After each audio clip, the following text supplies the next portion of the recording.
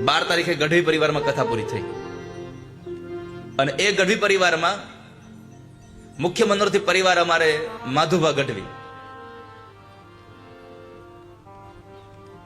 અને એ માધુભા ગઢવી કથા પૂરી થઈ, સ્વસ્થ હતા એકદમ. ગઈકાલે સવારમાં 6 કલાકે ભગવાનના ધામમાં ગયા. આખી કથા એક જગ્યાએ બેસી અને ભગવાન ઠાકોરજીની કથા સાંભળી અને અંતે માધુ બાપા ગઈકાલે ભગવાનના ધામમાં પધાર્યા. ઠાકોરજીને પ્રાર્થના કરીએ કે માધુ બાપાના એ દિવ્ય જીવને, જો કે પ્રાર્થના કરીએ કે ન કરીએ, કારણ કે એને એક જ જગ્યાએ બેસી, મારી પહેલા આવી જાય ને હું જાઉં પછી ઊભા થાય, એક જગ્યાએ બેસી અને 7 દિવસની કથા જેને સાંભળી છે અને કથા સાંભળીને 48 કલાકમાં તો એ જીવ ભગવાનના દરબારમાં પહોંચી પણ ગયો.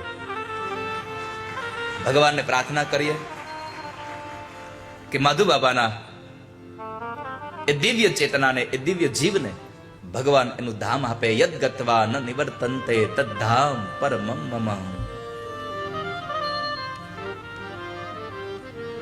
બે હાથ જોડી નાથ તમને પ્રેમથી સૌ માગીએ, શરણું મળે